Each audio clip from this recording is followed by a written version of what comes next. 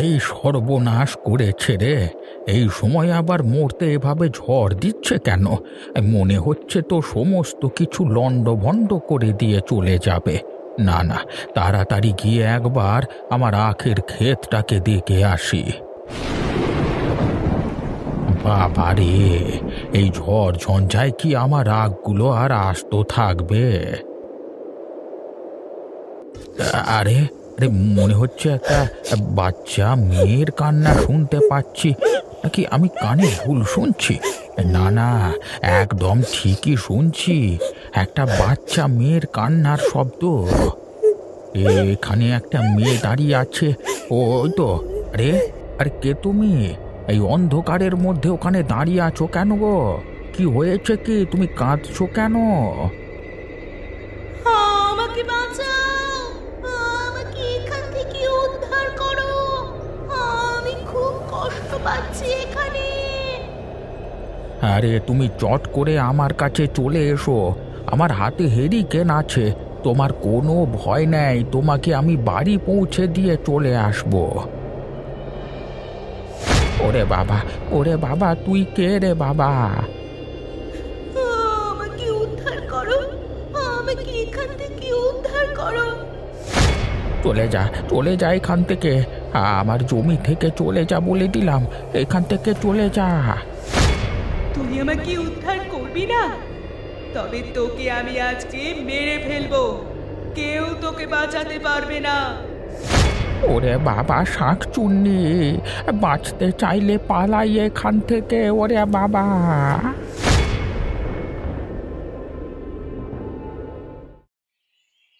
বুঝলি প্রশান্ত, অনেকদিন পর অফিস থেকে 3 দিনের ছুটি পাওনা হয়েছে।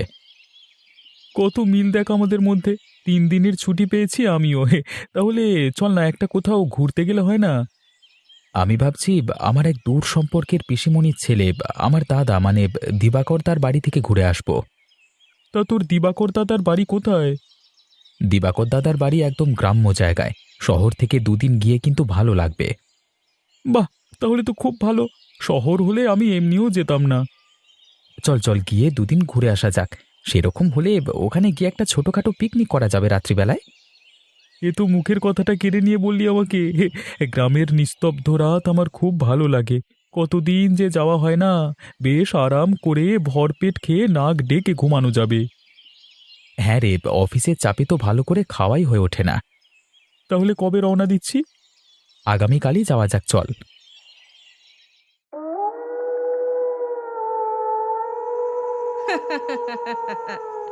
এতদিনে মনে হচ্ছে আমি পুতুল তন্ত্রে ক্ষমতা লাভ করতে পেরেছি। এবার আমি সবাইকে আমার রাস্তা থেকে সরাতে পারবো। যখন যাকে ইচ্ছা তাকে আমার আঙুলের ইশারায় নাচাতে পারবো। কেউ আমার কিচ্ছু করতে পারবে না।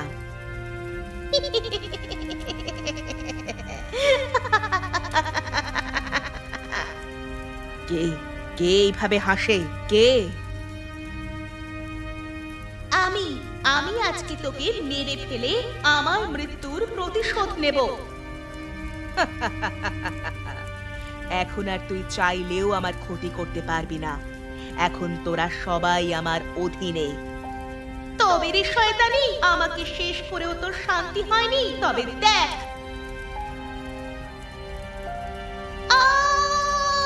কি হচ্ছে? আমি এগোতে পারছি না কেন? আমি হাত পা নাড়াতে পারছি না কেন?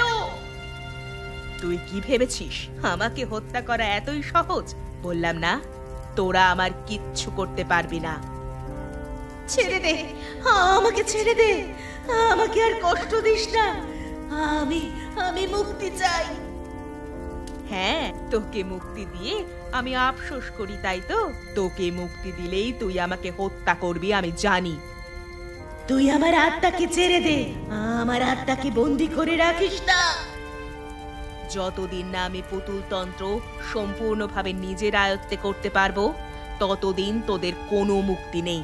তোরা যতই ছটফট করিস না কেন, কেউ তোদের মুক্তি দিতে পারবে না। না, এটা হতে পারে না। সময় আর সুযোগ পেলেই আমি তোকে শেষ করব। যা, পালা এখান থেকে। না হলে তোর আত্মাকে প্রত্যেক দিন আমি কষ্ট দেব। দেহ ত্যাগ করেও তুই আমার হাত থেকে ছাড়া পেতে পারবি না। চলে যা এখান থেকে, আর কোনো দিন আমাকে জ্বালাতন করতে আসবি না। চলে যাচ্ছি, চলে যাচ্ছি আমি। এই পুতুলকে হাতছাড়া করা যাবে না, তাহলে আমার বিপদ।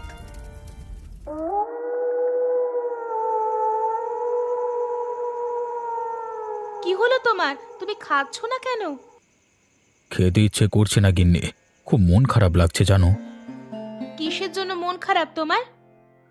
পূজা মেয়েটা যে কোথায় গেল তাই নিয়ে খুব মন খারাপ করছে। হ্যাঁ গো, সত্যিই তো।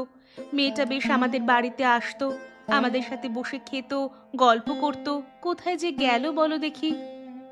অনেক খুঁজলাম জানো তো, যে গ্রামে যাই কাজের সূত্রে সেখানেই খোঁজ করি, কিন্তু তারা কেউ কিছু বলতেই পারে না।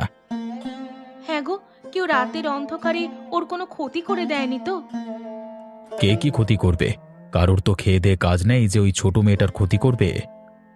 আমার মাঝে মাঝে মনটা সেরকমই হয় জানো, যেখানেই থাকুক মেয়েটা যেন ভালো থাকে। বাবা মাকে হারিয়ে একা হয়ে পড়েছিল। আমাদের কাছেও তো থাকতে বলেছিলাম, সেটাও তো থাকলো না।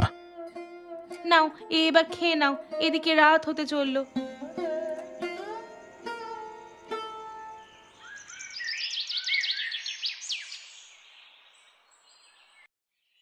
কামিনী, কামিনী ভেতরে আছিস? তাড়াতাড়ি বেরিয়ে আয়, সব সময় ঘরের মধ্যে বসে থাকলে হবে না বলে দিলাম।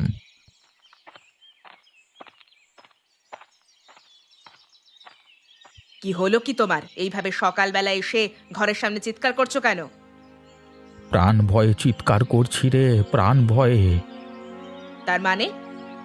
কালকে ঝড় জলের রাতে আমি কি দেখেছি জানিস? কি দেখেছো? যা বলবার তাড়াতাড়ি বলো। আজকে তো তাড়াতাড়ি করলে হবে না। সেদিন তুই আমাকে সাহায্য করতে বলেছিলিস, আমি তোকে করেছিলাম। আজকে আমাকে সাহায্য করতে হবে তোকে।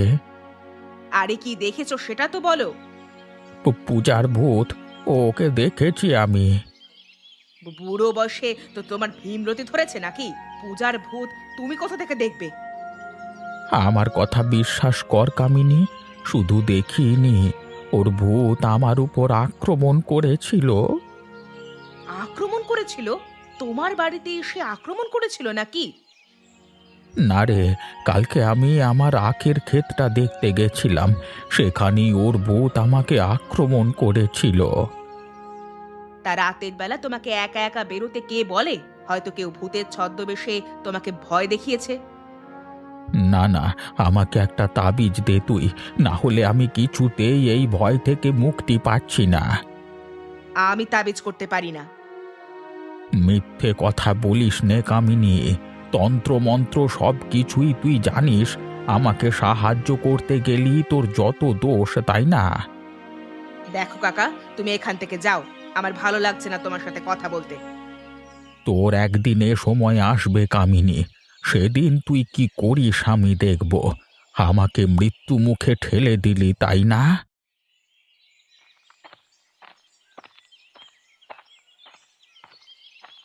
কইরে রাতুল, আর কতক্ষণ লাগবে বল দেখি? আর একটু হাঁট না, সারাদিন তো হাঁটা চলা করিস না, এই কদিন একটু হাঁটাহাঁটি করে নে। আরে এই নে, চলে এসেছি। আর তোর দাদাকে ডাক দে রে। কোথায় দিবাকর দা? বৌদি, আরে বেরিয়ে এসো, তোমার ঘরে কুটুম এলো যে।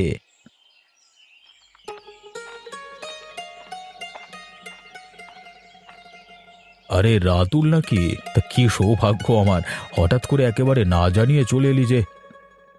হ্যাঁ দাদা, অনেকদিন আসা হয়নি, এদিকে অফিসে ছুটি পেলাম, তাই একেবারে ধাঁ করে চলে এলাম তোমার বাড়ি। তা উঠিকে বন্ধু নাকি? হ্যাঁ বন্ধু। আপনাদের গ্রামের নাম অনেক শুনেছিলাম তো, তাই জন্যই রাতুলের সাথে আসবার লোভ সামলাতে পারলাম না। না না, সে তো বটেই, এসেছো বেশ করেছো। এসো এসো, ভেতরে এসো। প্রথমে আমাদের পরিকল্পনা বলে রাখি দাদা, অনেকদিন বাদ এসেছি, এখানে আমরা একটা ছোটখাটো পিকনিক করব।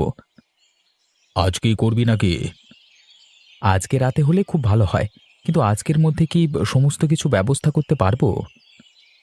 আরে সে সব কিছুই তুই আমার উপর ছেড়ে দে, এমনিতেই আকাশের অবস্থা খুব একটা ভালো নয়। আজকের আকাশটা তবুও পরিষ্কার আছে। পিকনিক করলে আজ কি করতে হবে? আমি রাজি। প্রথম দিন এসেই জমিয়ে খাওয়া দাওয়া করে একেবারে ঘুমানো যাবে। হ্যাঁ, ঠিক আছে দাদা, তুমি তাহলে একটু ব্যবস্থা করো, আমি আর কি বলবো। তোরা অনেক দূর থেকে এসেছিস, একটু বিশ্রাম নে। তোর কাকিমা একটু বাইরে গেছে, এলেই তোদের জন্য গরম গরম ফুলকো লুচি বানিয়ে দিতে বলবো। প্রশান্ত, এই ফাঁকে আমরা পিকনিকের লিস্ট করে ফেলি। কাকিমার হাতে রান্না একবার খেলে সারা জীবন মনে থাকবে। আহা, সেই অনুভূতি!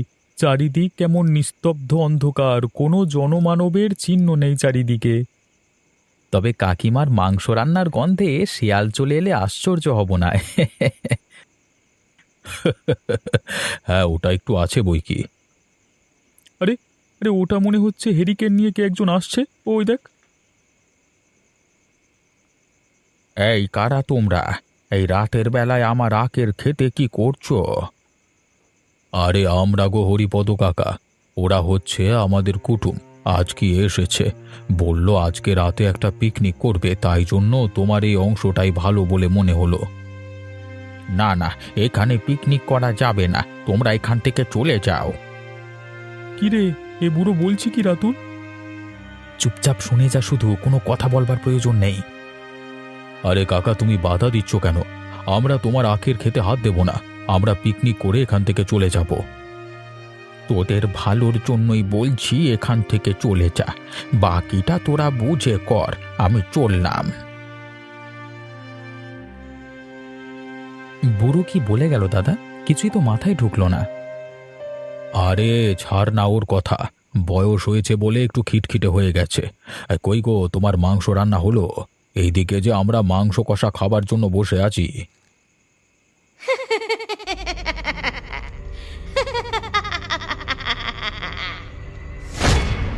কতদিন পর এই মাংসের গন্ধ পেলাম, আমাকেও একটু দিও কাকিমা। ওরে বাবা, কি বলে এ কথা? কে? আমাকে চিনতে পারছো না কাকিমা? আমি পূজা। ওরে বাবারে রাতুল, ওটা কি ভূত নাকি রে? আমাকে ভয় পেও না, আমি তোমাদের সাথে খাবো, অনেক দিন খাইনি। ও মা গো, বাঁচাও!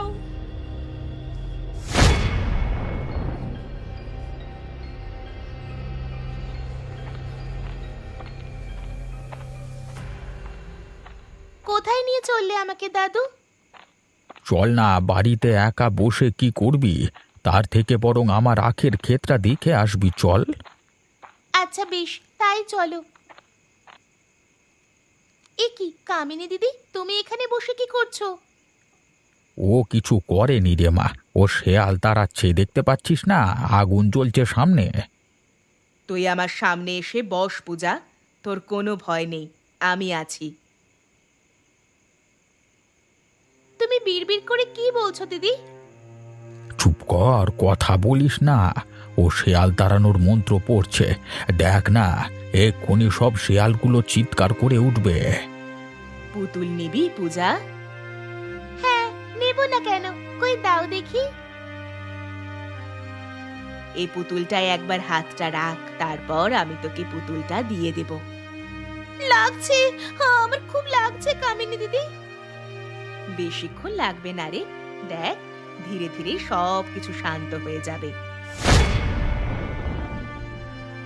এবার পূজার অতৃপ্ত আত্মা এই পুতুলের মধ্যে এসে প্রবেশ কর, না হলে সারা জীবন এখানে মুক্তির অপেক্ষায় ঘুরে বেড়াতে হবে।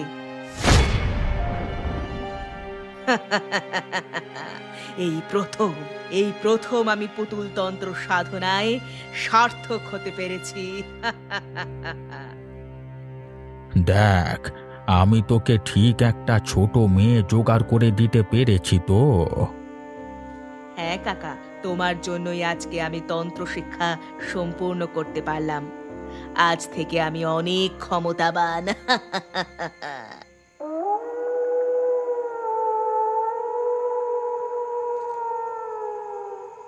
অবিশ্বাস্য, ওটা আমরা কি দেখলাম চোখের সামনে।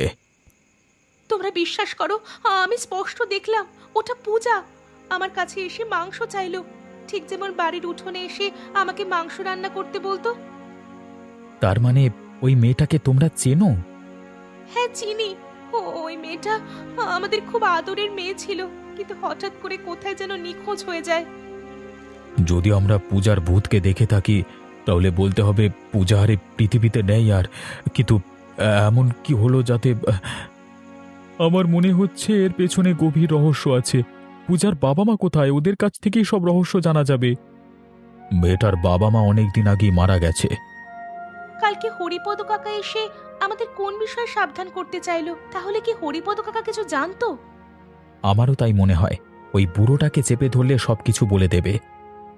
চলো তাহলে সবাই মিলে ওর বাড়ি যাওয়া যাক। না না, ওই বুড়ো কোথাও পালিয়ে যাচ্ছে না। আজকে আর বাইরে বের হওয়ার কোনো প্রয়োজন নেই। বিপদ রাখতে জায়গা নেই, কখন কি বিপদ ঘটে বসে বলা যায় না। ঠিকই বলেছ বৌদি, আমরা যে প্রথম দিন এসেই এরকম একটা অবাস্তব কাণ্ড দেখব বুঝতে পারিনি। কালকে সকালে উঠে প্রথমেই আমাদের কাজ হরিপদ কাকাকে সমস্ত কিছু জিজ্ঞেস করা।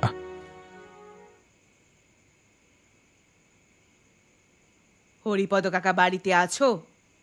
কে কে ডাকছো আমাকে এত রাতে? এখান থেকে চলে যাও বলে দিলাম।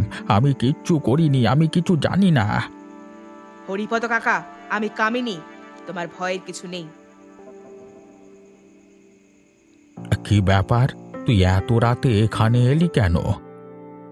সকালবেলায় তুমি আমার বাড়ি গেলে, তোমাকে তাবিজ দিলাম না বলে বোধহয় তুমি আমার ওপর রেগে আছো, তাই না? না, ঠিক রেগে নেই। আমার আবার কি দরকার বল? প্রয়োজনের সময় কাজ গুছিয়ে নিয়েছিস, এখন তো আমাকে আর চিনতে পারবি না। এরকম করে বলো না দয়া করে। আমি তোমাকে সারা জীবনের মতো সমস্ত ভৌতিক আক্রমণের হাত থেকে মুক্তি দিতে এসেছি। তার মানে? ব্যাস, দুশ্চিন্তা থেকে সারা জীবনের মতো মুক্তি পেলাম। একটাই ভয় ছিল, বুড়োটা যা ক্ষেপে উঠেছিল, হয়তো আমার কীর্তিকলাপ সকলের কাছে ফাঁস করে বেড়াতো। এখন আর চিন্তা নেই।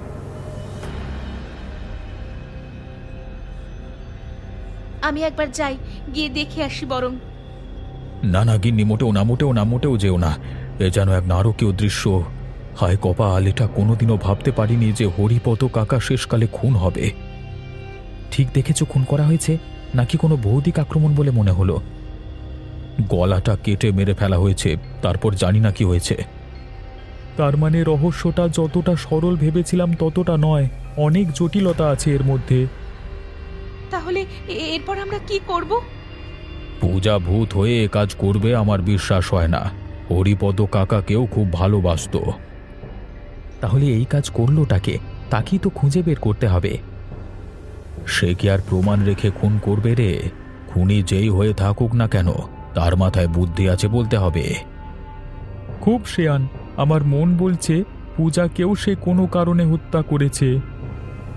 কিন্তু সেই কারণটা কি, সেটা একমাত্র পূজাই বলতে পারবে।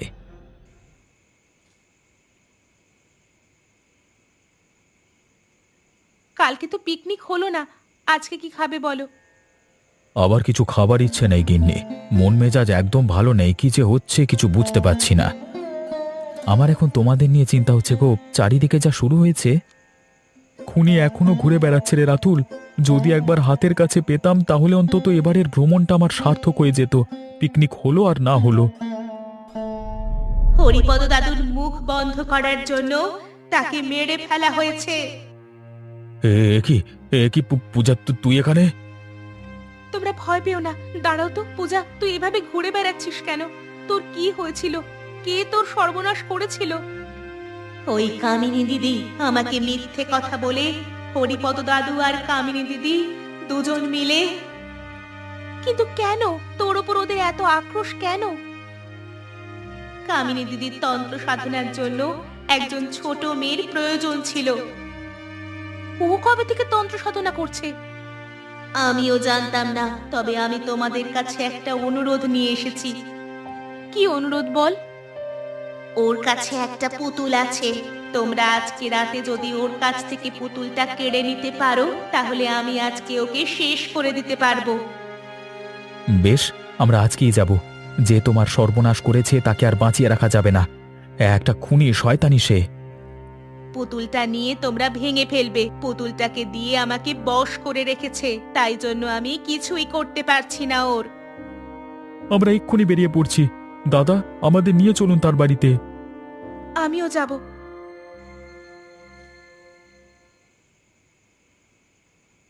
কামিনী, বাড়িতে আছিস? একবার বেরিয়ে আয় না বোন, তোর সঙ্গে খুব দরকার আছে।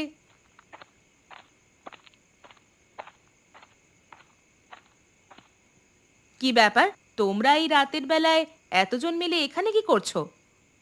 খুব বিপদে পড়ে এসেছি বোন। কদিন ধরেই একটা ভূত আমাদেরকে দেখা দিচ্ছে। তুই একটা কিছু করে দে না বোন। আমি তো শুনেছিলাম তুই নাকি অনেক কিছু গুণ করতে জানিস। না না, আমি ওসব কিছু পারি না। তোর পায়ে পড়ছি বোন, তুই দয়া করে একটু কিছু ব্যবস্থা করে দে। আচ্ছা ঠিক আছে, তোমরা ভেতরে এসো। এতজন মিলে কি করতে আসো? আমার এত লোকজন ভালো লাগে না। ওরা বাইরে দাঁড়িয়ে থাকুক, আমি বরং যাই তোর সাথে। এখানে বসো, আমি ব্যবস্থা করছি। আমি এখানে বসতে আসিনি, আমার উদ্দেশ্য পূরণ করতে এসেছি।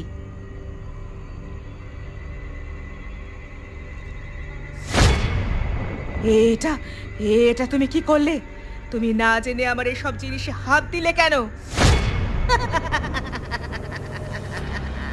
এবার তোকে আমার হাত থেকে কে বাঁচাবে? আমাকে আমাকে ক্ষমা করে দে। আমি পাপ করে ফেলেছি। আমাকে তুই এবারের মতো ক্ষমা করে দে। তোমার কোনো ক্ষমা নেই। পূজা, ওকে তাড়াতাড়ি শেষ করে ফেল। আমার আর এর মুখ দেখতে ভালো লাগছে না। আমার বিশ্বাস নিয়ে খেলা করেছিস, অনেক যন্ত্রণা দিয়ে মেরেছিস আমাকে। আজকে তোকেও শেষ করে ফেললাম। সব সময় মনে রাখবি, সব পাপের একদিন শেষ আছে। পূজা, তুই এবার মুক্ত হয়েছিস তো? তোকে আর কোনোদিন আমরা দেখতে পাবো না বল? কাকিমা, দুঃখ করো না। আমি তোমার সন্তান হয়ে আবার ফিরে আসবো তোমার কাছে। তোমার কাছে যে ভালোবাসা পেয়েছি তার টানেই আবার আসবো। আমি এখন চললাম।